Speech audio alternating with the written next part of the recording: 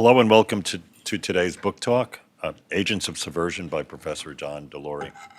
Thank you all for joining us. My name is Tom Byrne. I'm the president and CEO of the Korea Society. This afternoon, we'll hear a fascinating story that hinges on a covert CIA mission that originated from an airbase in South Korea and was destined for the forbidding wilderness of the Changbai Mountains on the China side of the Yalu River during the Korean War. The mission went disastrously wrong and led to the deaths of the two pilots and capture and imprisonment of two CIA agents, Richard Fecteau, who was held for 19 years, and John Downey for more than 20 years. Downey was the longest-serving American prisoner taken by an adversary during wartime. Many years later, the CIA gave both agents its highest award, the Distinguished Intelligence Cross. Professor Delury writes in the prologue that John Downey's experience, while compelling in its own right, provides a structure for the book that is akin to a mythic journey, like the White Rabbit in Alice in Wonderland, calling us to adventure but vanishing from sight in long stretches of time as the Cold War unfolded during Downey's captivity. It's my great pleasure to introduce John Delury. He is a professor of Chinese studies at Yonsei University's Graduate School of International Studies in Seoul, Korea. He also serves as chair of international studies at Yonsei's Underwood International College.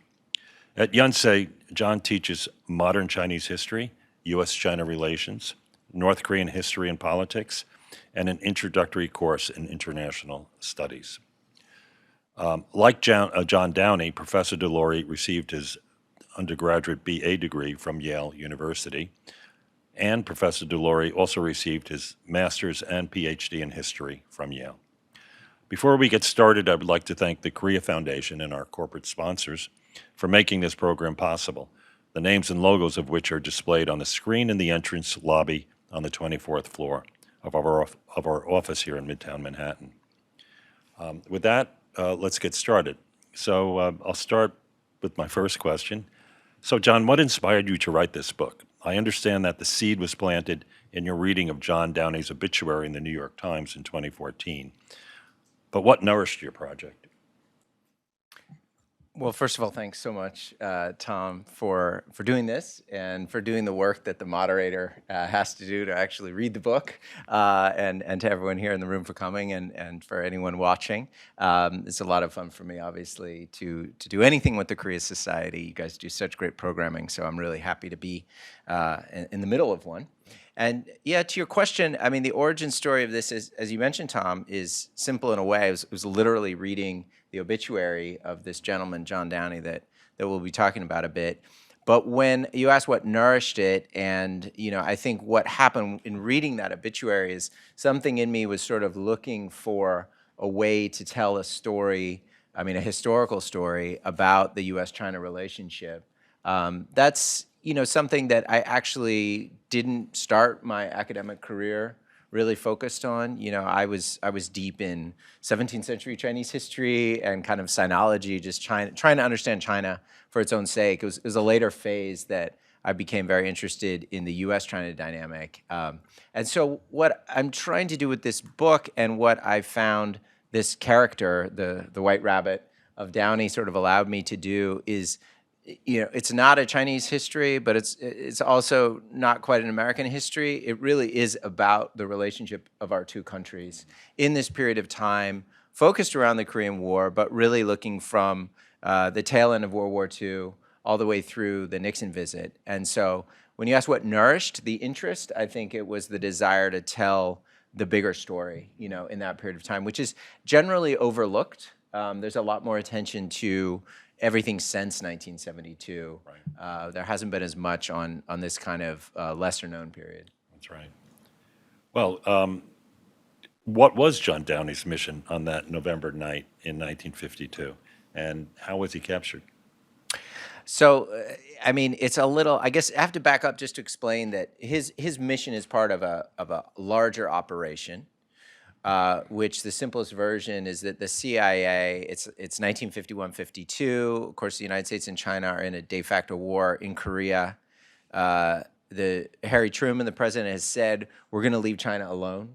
where basically the United States is fighting primarily Chinese soldiers on the Korean Peninsula, but the principle of limited war, as this audience knows well, is to leave China alone. But covertly, the CIA is told, do whatever you can to basically bring the war to China, but in a clandestine way. And so this particular operation that Downey, fresh out of Yale, is charged with to be part of is to recruit Chinese agents in Hong Kong, train them on the island of Saipan, and then kind of finish up their training outside of Tokyo in Japan, as you mentioned at the beginning, fly them sort of through Seoul and off on their merry way, and then they're parachuting out of these unmarked planes into China, into PRC, into northeastern China, the bordering provinces with North Korea, where they're basically supposed to start a counter-revolution to overthrow Mao Zedong. So that's already kind of getting out there in terms of plausibility of the mission, but it is even crazier in terms of November 1952. In that particular case, Downey and his CIA compadre Fecto are in the back of the plane. There are two pilots, pilot and co-pilot, flying this plane, and they're actually going in to pick up one of the agents who has, through wireless radio, has wired back to headquarters in Japan, got good news, you got to come pick me up, it's going well. And so they're flying in to pick him up. Now, there's a problem. It's the Korean War. American planes are not particularly welcome in China. How do they pick up an agent? They know they can't land the plane. So they decide they're going to try out this experimental airlift contraption, which it's hard to describe without a picture. The pictures are incredible. But essentially, the plane comes in, drops a crate with sort of a backpack harness and a metal kind of contraption with field posts, almost like a football, 2 football posts. And so the agent is lying on the ground with this harness attached and the metal, kind of strung along the top of this post. And then the plane is going to fly in low and slow with its own loop and hook. And the hook on the bottom of the plane is going to catch the metal kind of ring and then pull the agent up. So pick him up without landing. And then the 2 CIA guys, Downey and Fecto, are working a winch in the back of the plane, and they're going to kind of reel him in, basically midair, like a fish. For the James Bond fan, this actually happens. There's a James Bond film. Some of you may be like, I feel like I've seen that. There's a version of it later in I think it's Thunderball. So it's incredible. It works in the James Bond film. I mean, he's with a scantily clad woman in a boat, so it works very well for James Bond. But that's a different program. This is a different setup. So, fortunately for the guy on the ground, the plane is shot down because the whole thing is a setup. They're being lured in. The guy on the ground is not their agent. It's a public security person posing as the agent, and so the plane's shot down. Tragically, sadly, the pilot and co-pilot are killed by the gunfire or in the crash, but the 2 CIA guys walk out fine, basically unscathed. And so now China's caught these 2 young CIA officers red-handed on their territory. They have the plane. They have these 2 young guys, and yeah, that's the mission in November 1952. And what I recall from the book is that the Chinese who actually went up and captured Downey knew about him. So he was training the operative that he was there to pick up?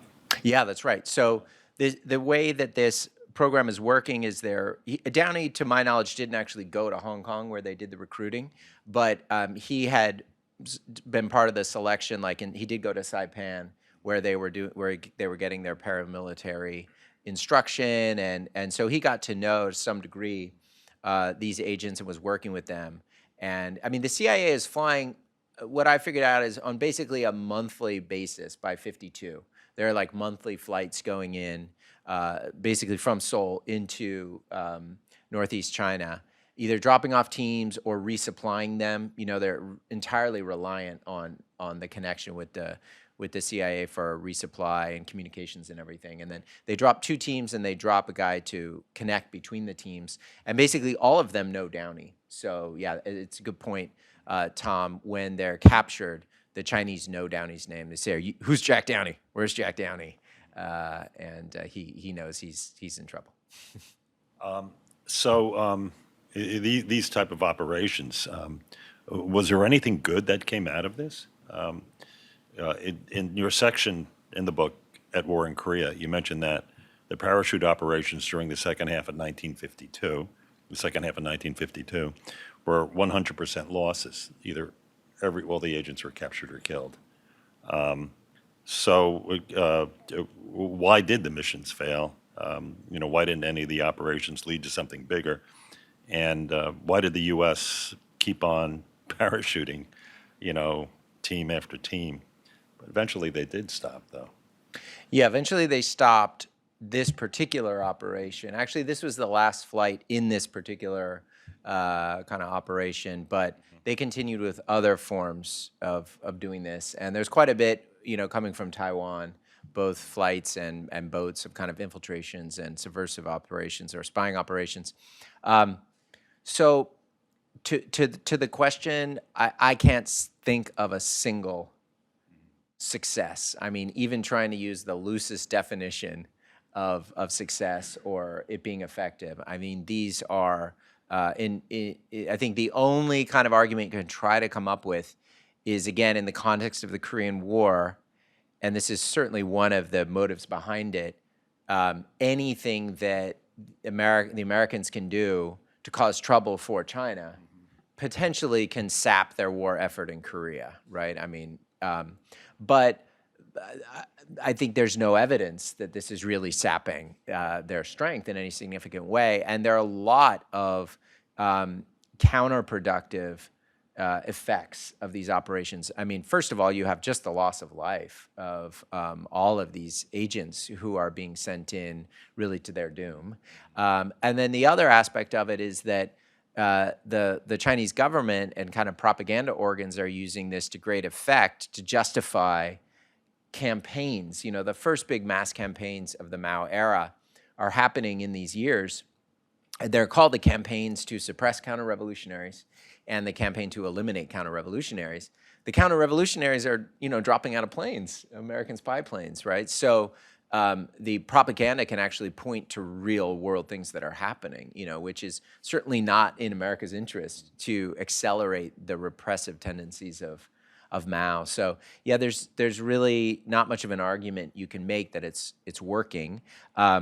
Why do they keep doing it? I mean, there is, again, the Korean War effort is important. The war is so unpopular, by this time, by late 52. And I didn't fully appreciate that until I went back and did some of the original research on that. So whether it's, first Truman and then it's kind of handed off to Eisenhower, they're under a huge amount of political pressure. They're stuck with this unpopular, undeclared war. Right. And there's a certain degree of desperation, like if there's anything that will give us an upper hand that we could use to then conclude these armistice talks or, kind of get out of this thing somehow. So between that pressure that the U.S. government feels and then just the lack of value placed on the human lives concerned, there's not a lot of people saying, hey, wait a second, should we really be doing this? In a cost-benefit analysis, is this worth it? It's kind of like, well, just keep trying everything and see if something works. Right.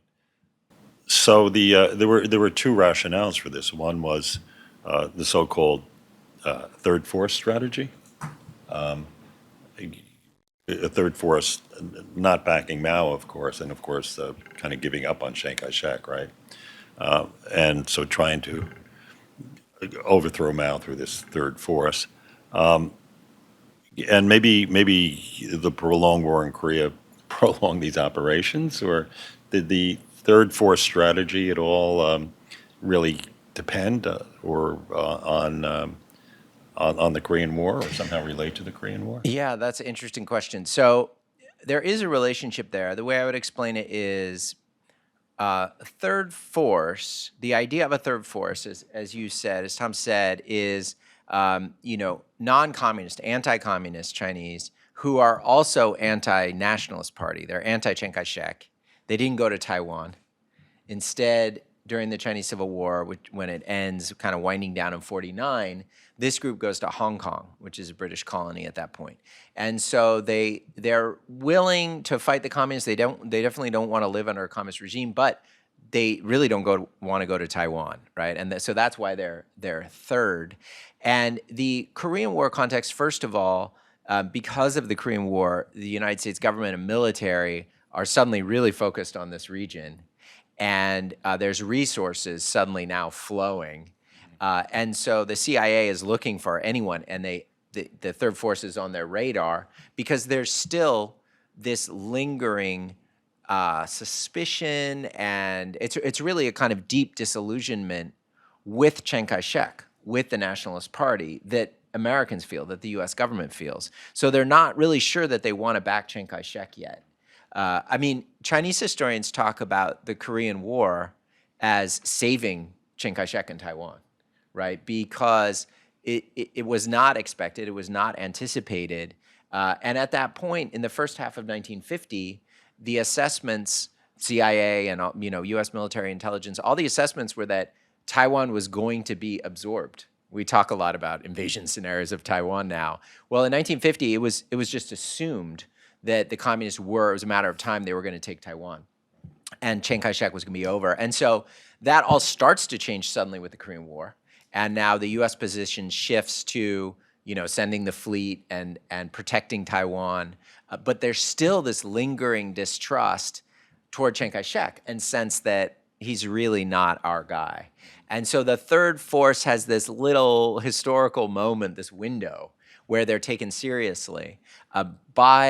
Once you get into 1953, the dynamics are really starting to change. And basically, the U.S. government has made a shift by that point. Okay, we are going to go with Chiang Kai-shek, and maybe he can't get the mainland back, but it looks like he can at least hold on to Taiwan. And so then this whole Third Force project, for example, is shut down. Right. Because, of course, Chiang Kai-shek hates the Third Force. Right? And I mean, Hong Kong is incredible because everyone is spying on everyone else. You have the British colony and the colonial police worried about the Americans who are spying like crazy. The Chinese communists are in there spying. The nationalists are spying. And you've got Third Force who don't really belong to anyone. And so in that context, Chiang Kai-shek is deeply threatened by the Third Force. He doesn't like the U.S. supporting the Third Force.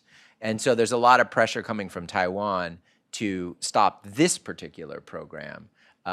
The locus then really shifts to supporting Taiwan and using Taiwan as a platform for all kinds of things, including subversive and espionage activities throughout the 1950s. So the Third Force was not a covert CIA operation like we had at other times, but it was something supported by the State Department and the White House?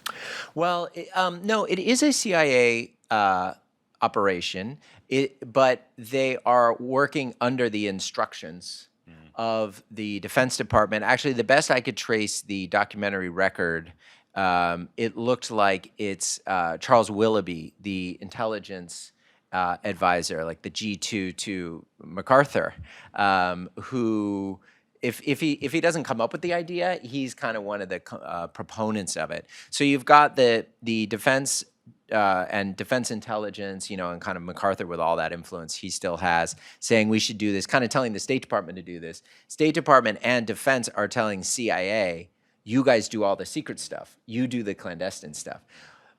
What's interesting is at this moment in its history, and it will change, but at this particular moment, the CIA is actually pushing back against even operations like this. I mean, at the level of the director, the CIA director doesn't really like all this stuff and recognizes it's not working. And he wants to focus on intelligence analysis. He wants to focus on what was called strategic analysis, strategic intelligence. So in that sense, I mean, the CIA, it is still totally a CIA operation, okay. But I think maybe you're picking up a point I emphasize, which is this is not like a lot of the Hollywood movies where the CIA have gone rogue, and they're coming up with these crazy ideas. Like they're being told to do this by the U.S. government, as part of the U.S. government. So, So there's a lot of characters play a role in your book. Yeah. is there one or a couple that you could single out? How about the influence of one of your great mentors, I think, the historian Jonathan Spence?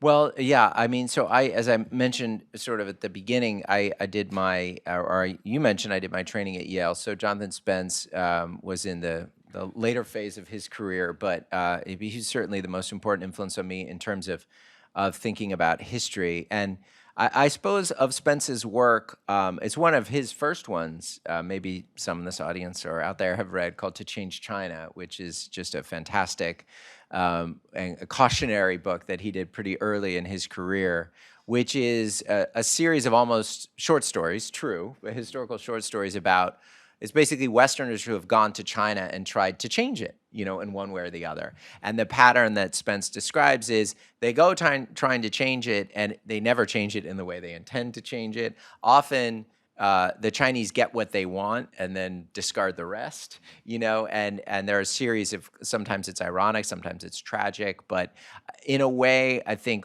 my book could be described as like a very, very long epilogue chapter to Change China, because that wasn't what inspired me, but it definitely fits the pattern. I mean, this is a pretty extreme example of wanting to change China by literally getting rid of the government and replacing it with a non-communist one. Yeah, so that would be maybe the most direct link to Spence's inspiration. And you talk about the broad themes of subversion, foreign subversion, and but foreign subversion kind of backfiring and leading to repression at home. Right. Can you elaborate on that theme and who are the big thinkers behind that? Yeah, so, well, there's the big thinkers who are critics of that, who are very worried about that. I mean, I'd start, though, with the figure who is the spearhead of that, and that would be Senator McCarthy, Joe McCarthy, because, again, this is McCarthy's moment, right? The Korean War context is very important to McCarthyism. It's only because of the Korean War that his kind of paranoid argument that there are communists everywhere, and that especially in the State Department, that is actually not getting a lot of traction in the early part of 1950, and then it's with the Korean War that starts to really gain traction and become essentially a national movement. So that would be the most concrete example of how subversion and repression are linked, because McCarthy is using, I mean, the irony is, at this time, the US government, through the CIA, is very actively seeking to subvert the PRC, the People's Republic of China. Simultaneously, Joe McCarthy is saying there are subversives here, and a lot of them that he goes after are China scholars in the government and outside. McCarthy's arguing there are subversives here in America, in our government, in our universities, and we have to crush them. We have to repress them, So that's where, and I should say, meanwhile, in China, Mao is in the first really repressive wave of mass campaigns there. So you have sort of, it's like these cylinders are running on both sides, where subversion is feeding repressive tendencies in the American system as well as in the Chinese system. So, of course, in the background of all this was the Chinese Civil War had ended, and you have this notion in the U.S. that we lost China, the loss of China. But historically, you note that it wasn't a direct link between the Chinese Civil War and this loss of China, because you note that you had one quote that the social foundation of ties between the Middle Kingdom and the American heartland were thin, and anti-Asian prejudices ran thick. So, moreover, China remained the big question mark in post-war Asia. Yet the American public did not appear terribly interested in the answer to that question. So the loss of China was activated by what happened in the Korean War then. Well, there's two parts to it. So for the loss of China moment, there is kind of anchored around, as you said, 1949. By the U.S. government knows by early 1948 that China's going to be lost to the communists, but the public doesn't really get the message until it actually happens, which is a full year later in October 1949, when Mao, gets up and declares the establishment of the People's Republic of China. And so that is and I describe this in the book, that is kind of like a national trauma.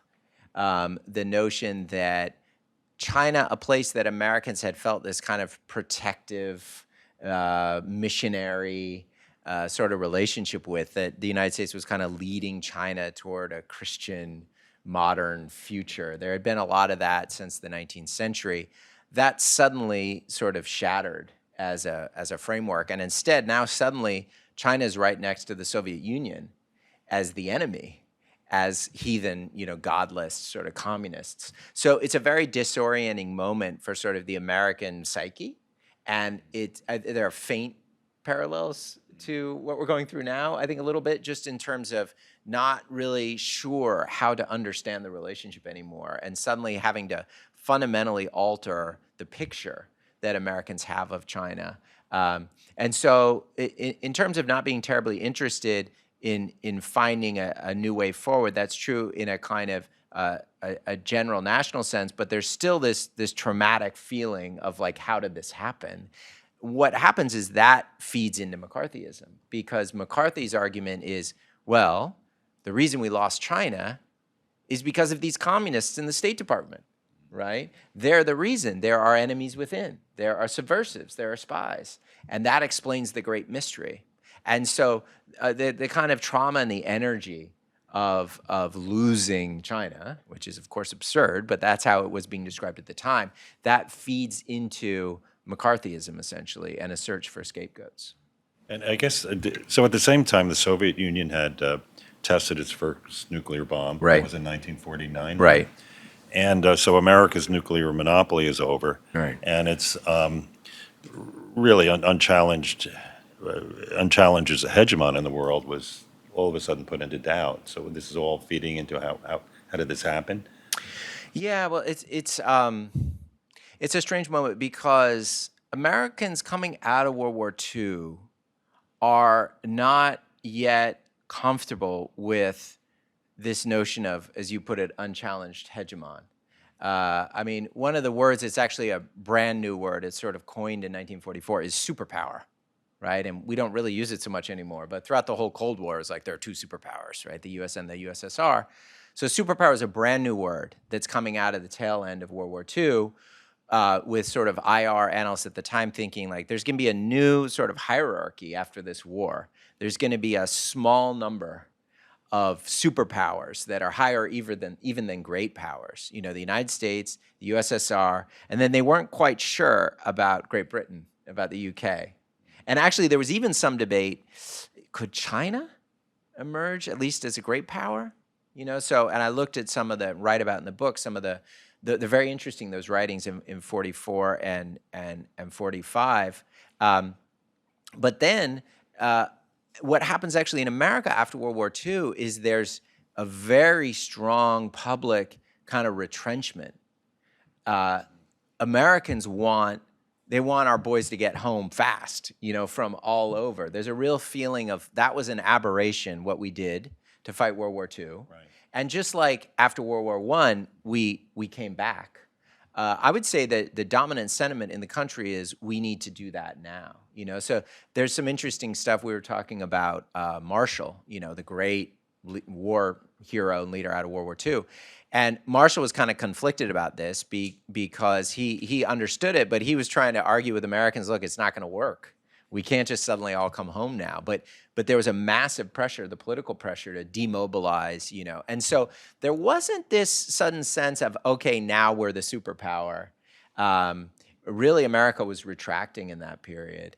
Again, the Korean War is crucial here because it's the Korean War, the first real major hot war of the Cold War, that allows, I would say, the foreign policy kind of establishment. It allows them to say, without a vote in Congress, it's very important, it's not 100% popular with the American people. If it had been, Truman would have gone to Congress. He wouldn't have gone to the UN Security Council. So you have that kind of new model of presidents fighting wars. That's in part because the U.S. public is still quite ambivalent about what's the post-war kind of relationship going to be. And they're even more ambivalent when the Soviets get the bomb, because it's like, oh, we never wanted unchallengeable hegemony. And now, look, they've got the big weapon too. So there's a very interesting debate that's going on in the country. And in the late 40s, it continues kind of into the early 50s, but you start to see those voices of pacifism, those voices of we shouldn't be hegemons, they start to kind of move out to the margins. They're a lot quieter, and there's a very strong consensus that forms, and that's really the Cold War national security America that says, enabled by Korea, that says, nope, we can't bring everybody home. We have to kind of stay out there in the world. And in that sense, we're still living in that. I mean, there's been many iterations, but there's a strong continuity between that 1950 shift and the way America, to a great extent, still kind of operates as a global power to this day. So the White Rabbit is leading me to this question. So how were Richard Fecteau and John Downey released? Now, what was the historical context? Which leaders played a role? I like the way you put it. At the end, it was a mother's love that freed Downey. Yeah. I'm a big fan of Downey's mom, Mary Downey, because she's an incredible, a side note on her, since you brought her up. So he spends, both of these guys spend decades in prison. And the Chinese government, Zhou Enlai is, the number 2 in China right under Mao, they're personally giving instructions on this case, and I was able to use the Chinese sources to show that and to know that. But the Chinese government invites the prisoners' families, the mothers, and then Mary Downey has to basically fight against the State Department. First, they don't tell her that she's invited. Then they delay giving her a passport. And they kind of try with every means. It's because there is a ban on U.S. citizen travel. This is familiar to those of us who look at the North Korea issue. Just like there's a kind of U.S. citizen ban on travel to North Korea, there was a U.S. citizen ban on travel to communist China in the 1950s. And so this is a problem because this mother, who's like a widowed elementary school teacher in Connecticut, kind of as American as apple pie, she's hell-bent on going to Beijing to see her son in prison. And she basically has to fight against the U.S. government to be able to do it.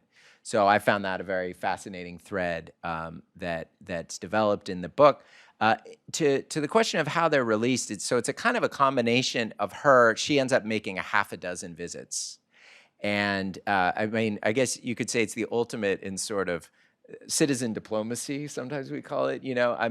She's there obviously to get her son out, so she's very respectful with everyone that she interacts with, and does her best basically to build up a kind of, credibility that in the end, I don't want to give everything away, Tom, because I want some people to buy this book. So you'll have to read the book to really get the full story. But as you said, a mother's love is crucial to Downey's release. I will say on the other officer, Fecteau, remember, he has a lighter sentence. He has a 20-year sentence. Downey has a life sentence.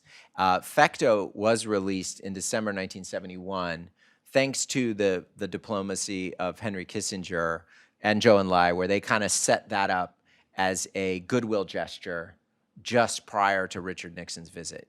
Nixon, of course, went in February 1972. But the Chinese held on to Downey. So when Nixon was getting a tour of the Forbidden City, and kind of like Trump later did, just sort of marveling at, China's antiquity, there's an American CIA officer who's been in prison for 20 years. And I went to the prison in Beijing, and it's actually not that far from the Forbidden City. So it's a slight exaggeration, but stone's throw away, the president is there with this historic breakthrough. The CIA prisoner is still serving time down the street. Amazing. Yeah. One final question, and we'll turn to our friends around the table. Is a question I have to ask. One of the many persons you acknowledge is, quote, the legendary CIA officer Don Gregg. So how did he contribute to this story? And the reason, of course, I'm asking is that Don Gregg served as a U.S. ambassador to Korea from 1989 to 2003, in addition to being the legendary CIA officer. And after that, he became the chair of the Korea Society, and rebuilt the Korea Society into the organization that you more or less see today until he stepped down in 2009. So how did he contribute to your story? Yeah, well, thank you for asking about Don. And I'm trying to remember how and when we first met, but I did get to know him a bit in the early phases of this. And actually, he was really helpful to me in terms of because Don Gregg knew Downey from back in the day. Gregg had graduated from Williams College and entered the CIA in the same batch. So they trained together. I quote in the book Don Gregg's memoir, Pot Shards, where he describes being at, I think it's at Fort Benning, and where they're doing their CIA training, and he describes, there was this guy, very likable guy, real athletic, Jack Downey. And so they get to know one another. There's another wonderful sort of passage in Pot Shards where Gregg talks about having dinner with Downey in Japan just before deployment. And in his recollection, Gregg talked about being jealous. Like all the guys were jealous because here these guys were really doing it. They're really flying into Red China, with this. So he was there at the time. He also wrote that actually Downey affected him in other ways. So we didn't get into this, but once they're picked up, Downey and Fecto went through, obviously, interrogation. They weren't tortured. They don't describe any kind of, barbaric treatment. They basically underwent classical interrogation and highly effective interrogation. And, Downey says, I lasted like 16 days, and then I basically broke down, cried, and started telling them everything. And so he gave names, and that did include, according to Don Gregg, Gregg was later outed when he was in Eastern Europe in the later 50s. And he said, I think somehow he said he was able to confirm that the Chinese had gotten that and then shared through the communist bloc intelligence networks a list of names. So their stories are definitely intertwined. And Don was very generous and very supportive of me and very helpful in getting some of that, a little bit of the oral history. I never sat down and formally interviewed Don or anyone else. I didn't really use an oral history approach, but I talked to a number of people like him. Jerome Cohen, Jerry Cohen, who you all know well in New York, is another one who was a Yale classmate of Jack Downey, and later in the 60s played a really important role in trying to get him released. And separately, I had known Jerry for many years. So it was very helpful to talk to, I think we can respectfully call them the old guys who actually lived through this and were there and knew them. So it was quite helpful for me as a youngish, middle-aged historian trying to work this stuff out. So yeah, I'm deeply appreciative to Don for his support. Great, Yeah. fascinating. Well, who wants to lead off Q&A? Sean. John, thank you very much. Thank you. How much is known, if anything, you kind of referenced this, how much did Chiang Kai-shek's ROC government try to meddle in, oh, sorry, I forgot the baseball. How much did Chiang Kai-shek's ROC government meddle in and try to take advantage of these CIA operations in the PRC? Because like you said, we were trying to keep him at arm's length at that time. But how much did Taipei try to exploit this for their own purposes? Thanks. That's a great question. I'm not sure if I would say, I can't think off the top of my head of ways that they were able to or were trying particularly to exploit it for their purposes. I would say the main thing is they were definitely putting pressure on the U.S. government and the CIA to stop doing this stuff, to stop helping the third force. And then on the other hand, they did want help. And there was a huge CIA presence, in the early 50s. They always have these wonderful names. I mean, the euphemisms, as you would expect from the movies, are sometimes hilarious. So in Taiwan, it was called Western Enterprises, Inc., and Western Enterprises, Inc. was the CIA, sort of cutout shell company, which did, a massive, again, a much larger volume of activity than this particular operation. The third force thing was like a side operation, like let's see if this could work. But I would say a large reason why it was closed down was actually not the question about efficacy.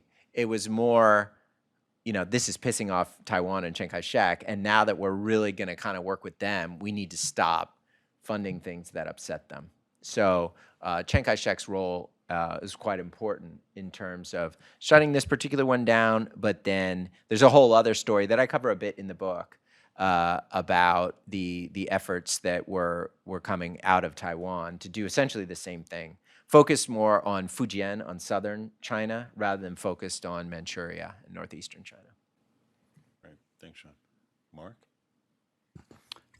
Tom, John, thank you very much. This is great. Quite a story.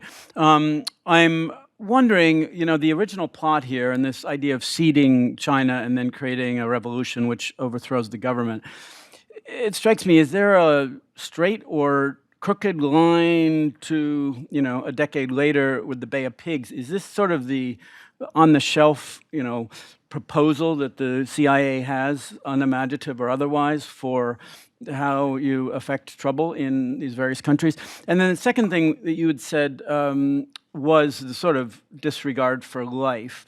And I guess I'd be interested, to what extent is that sort of institutional racism at the time? Thanks. Yeah, thanks. Both great questions. On the first one, straight and crooked? Or crooked. Can I say straight and crooked? Because and I do get into that in the book. I mean, I tried to look as much as I could. I tried to widen out and look at how much of this is specific to China and how much of this is kind of global in scale and nature. And actually, I would back up to a very important, almost precedent for this. It's a different form of subversion. But right at the beginning of the CIA is founded in 1947, and in the spring of 1948. Actually led by George Kennan, who we usually think of in a different context, but he was kind of the mastermind of this stuff. But through the CIA, this is a very early kind of CIA operation, the CIA tipped the scales, did its best to interfere, what was called political warfare. That was the British term for it, that the Americans, Kennan says, we got to start doing what the British Empire did. And so there's political interference in the parliamentary elections in Italy. Because the Americans are worried that the Italian Communist Party is going to win or get a plurality. And there's also the same kind of meddling in France. And so Kennan writes up an internal memo saying, on political warfare, saying, this actually went quite well in Italy. And there are a lot of different forms. You can fund a leftist non-communist party that then drains votes from the Communist Party so that the right-wing, Christian Democrats end up winning. And now it's on a spectrum. Obviously, that's different than giving guns to third force. But there were connections, and they understood what they were doing as part of a kind of spectrum of, again, the term is political warfare, and sometimes in a democratic country like Italy, it can be purely political. In the case in China, it's more militarized.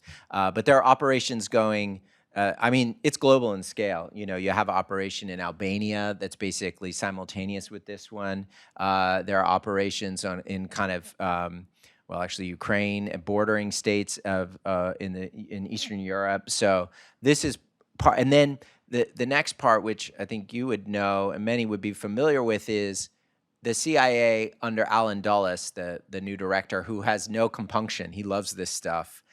Actually, the CIA has a string of quote unquote successes. They never succeed, obviously, in China, but they do have successes in the moment in Iran, in Guatemala, in a couple other places where they really are able to help to, kind of catalyze or strengthen a coup that removes, it's usually not communist leaders, but leaders that are feared to be communist. So there's a whole playbook, that's being written, a new playbook that starts right at the beginning, I would say in 48, and continues certainly through, at least the Bay of Pigs. I mean, the Bay of Pigs is important, and I do mention it because that's the beginning of the end of this phase, because in the 50s, there's a kind of glamour to this stuff. And Alan Dulles will occasionally do public, he'll occasionally speak to reporters kind of wink, wink, like, did you see what we did in Guatemala? And yep, that was us in Iran, But the Bay of Pigs is such a fiasco. It's such a disaster, and it's obvious, it's known, and Kennedy is furious. He's a new president.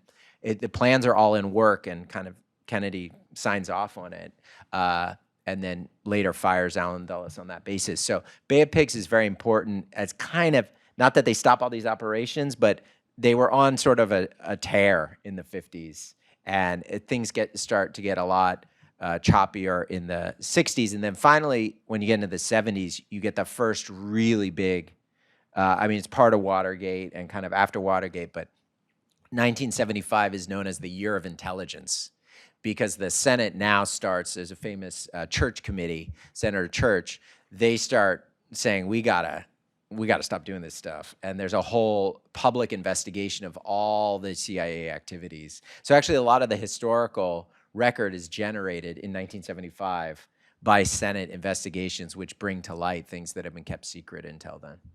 Wasn't there a bill to abolish the CIA? Yeah, there were discussions, dramatic reform. And there is a degree in the mid-70s, there's a wave of intelligence reform that's actually, I think, kind of helped temporarily.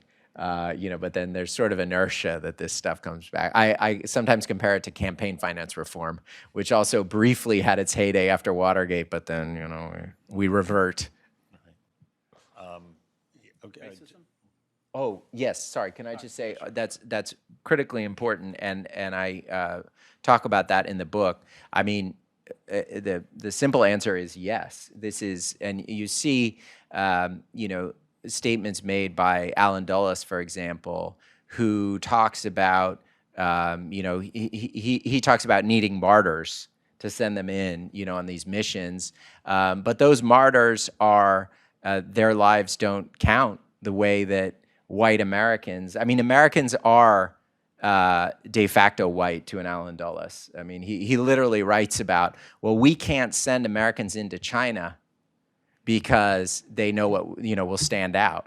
It's like he doesn't have a concept of a Chinese American, not that you should send Chinese Americans in, but it's literally not in his concept of what an American is. So yeah, there's deeply ingrained, racist attitudes that are underlying a lot of this.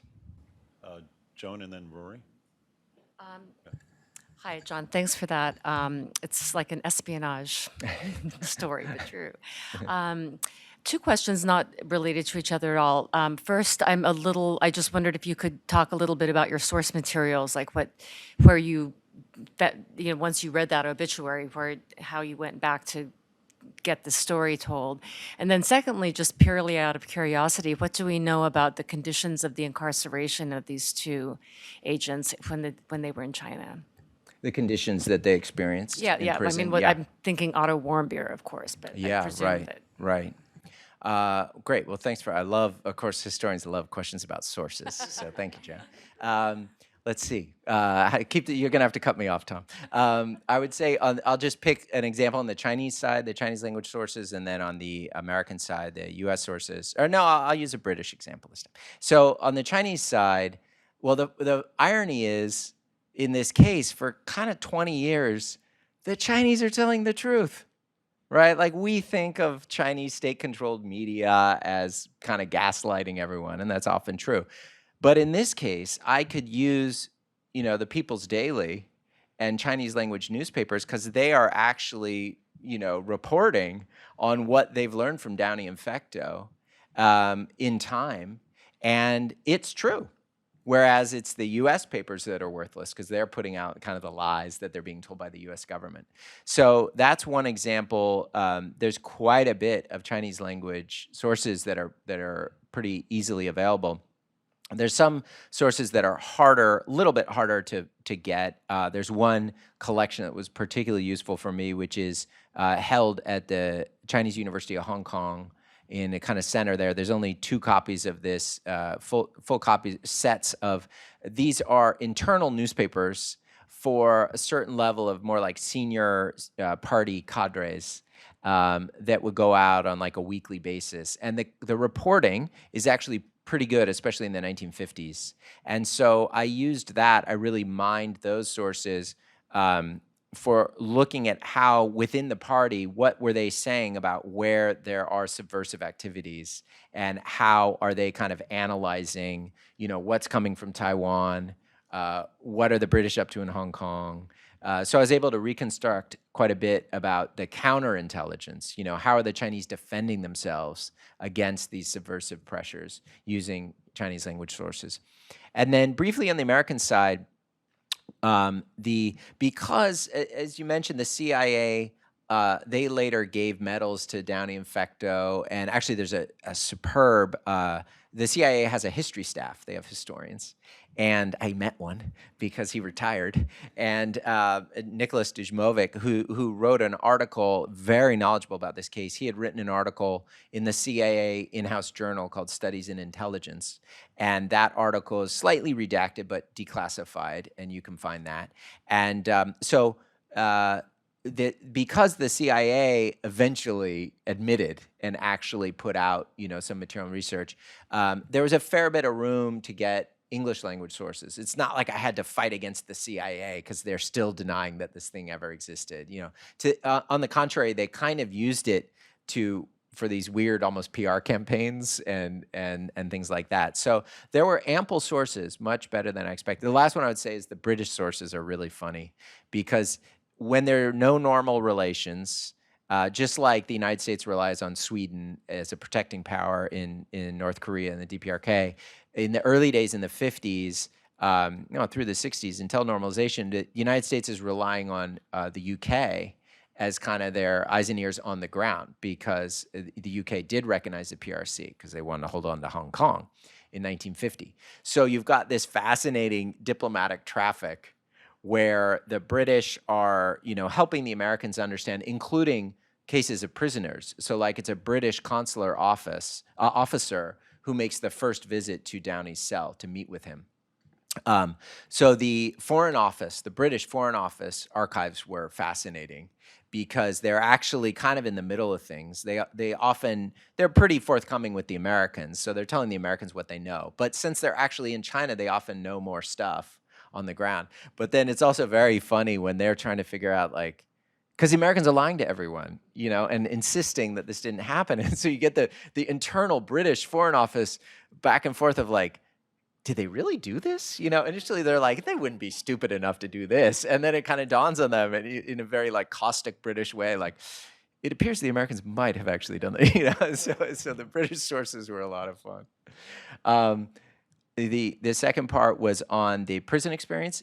So I should say there's another book, amazingly, about this same topic. That's the best place to look for the answers to that because John Downey wrote he left behind when he passed away in 2014. He left behind a manuscript that it wasn't like stuff he wrote while he was in prison, but some years after he was released, I think in about 1980, he wrote up a kind of memoir.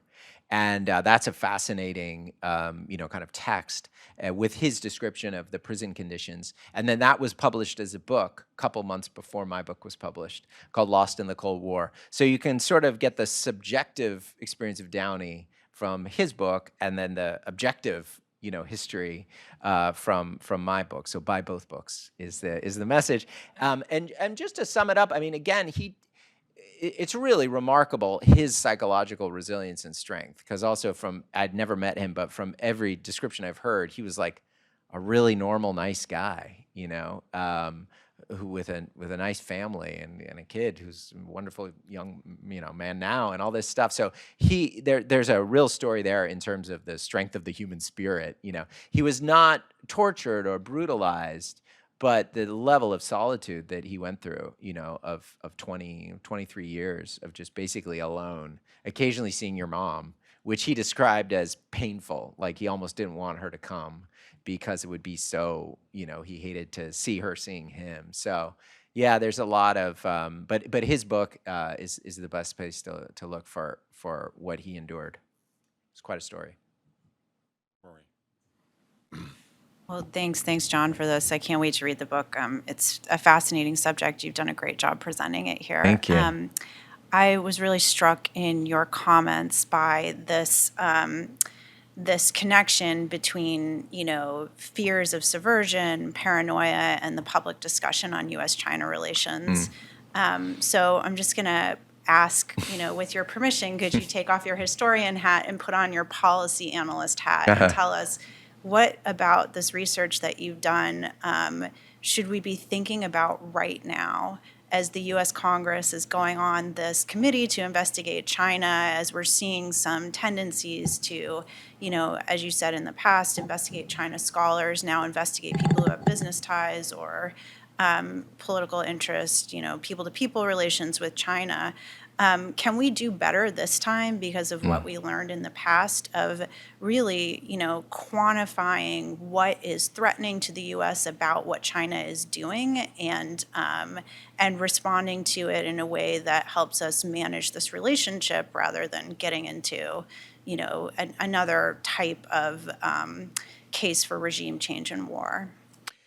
Well, thanks. That's a superb question, Rory. And as you know, I'm sometimes okay taking off the historian hat and putting on another hat. So I'll do my best. I mean, I would share a couple thoughts, and I think you've made a really good point. Just implicit in your question is to learn some lessons of history. I mean, even just paying attention to this whole previous chapter of U.S.-China relations, I think is a good idea for now, at this moment. Because in some ways, I don't want to overdo this, but there is a level at which whether we like it or not, we're kind of slipping back into the pre-79 or pre-72 type of relationship where we're not trying to get along, where we say now it's competition, but we're kind of moving toward hostility, animosity. Again, at minimum, I would say we are not actively trying very hard to get along, the U.S. and China. And that's what it was like in the 50s and 60s. And there are a lot of cautionary lessons to learn. So that would be one point.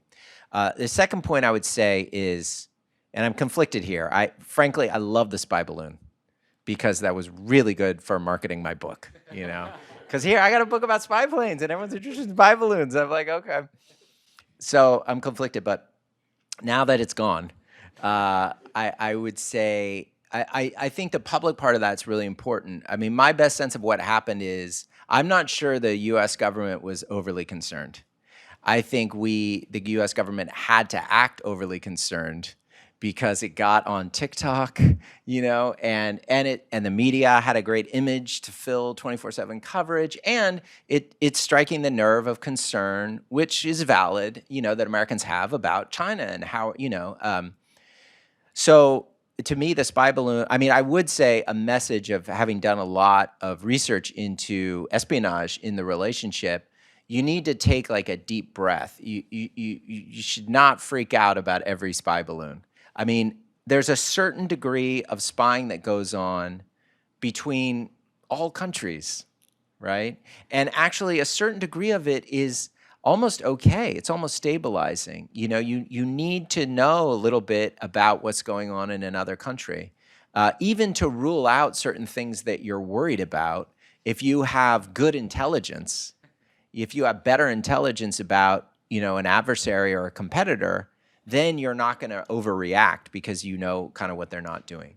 So I think that's a very hard thing for Americans to accept, but I think we are going to have to because China is now a global power and they have very advanced technology and advanced economy, and they are going to have ways to look at us just like, let's be honest, we look all over the world, And so I think it's good to take a deep breath and discriminate the different types of, surveillance and espionage that are really unacceptable versus the ones that you can kind of laugh at. And balloons are funny.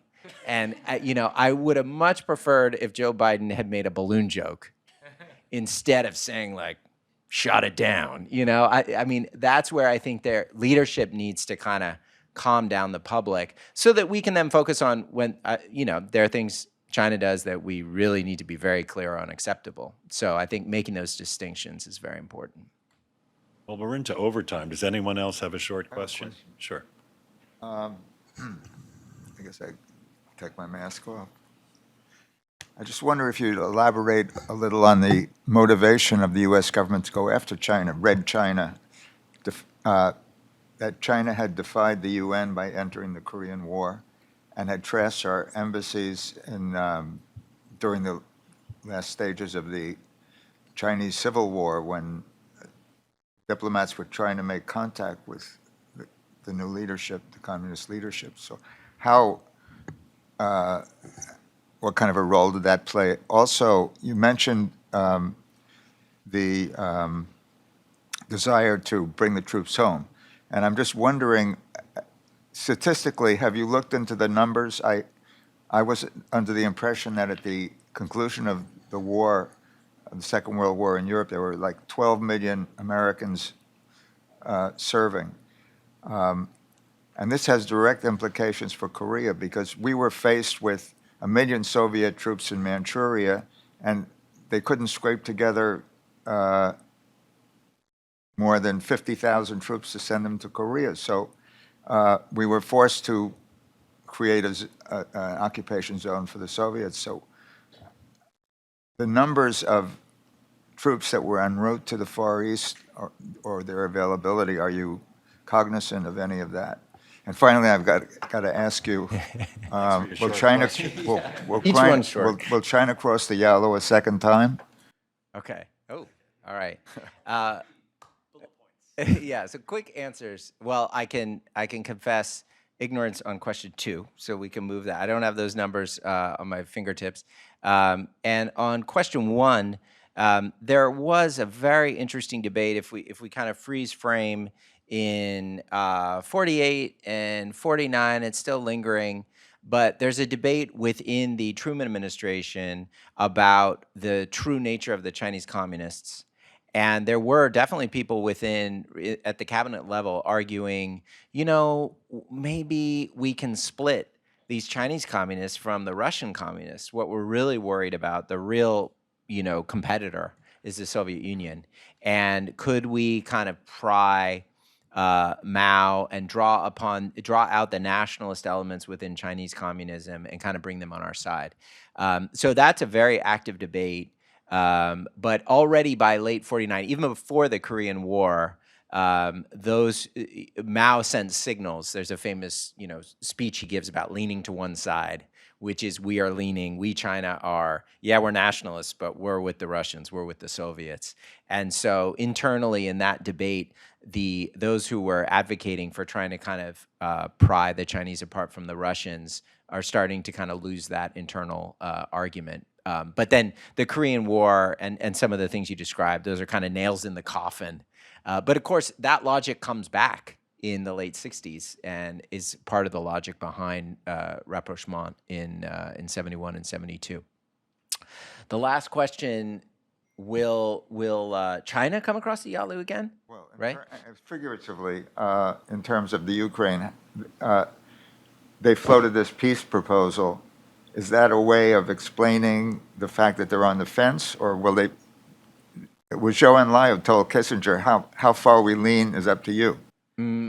Oh, I see. So you mean vis-a-vis Ukraine? Will China come to Russia's? No. I mean, I don't take the peace plan very seriously. I mean, it's hard to take it seriously. But I also am quite skeptical of the arguments of military aid assistance going from China to Russia. I mean, I think China's policy vis-a-vis Russia and Ukraine is very self-interested, and it's also a lot about a public image to look like they're on the fence and try and deflect criticism, but also they want to deflect criticism from Putin and from Moscow. So they're playing a tricky game of trying to keep kind of everyone, the Europeans, the Americans, the Ukrainians, the Russians, they're trying to kind of keep everyone thinking, maybe they're on our side. And in that sense, they're not on anyone's side.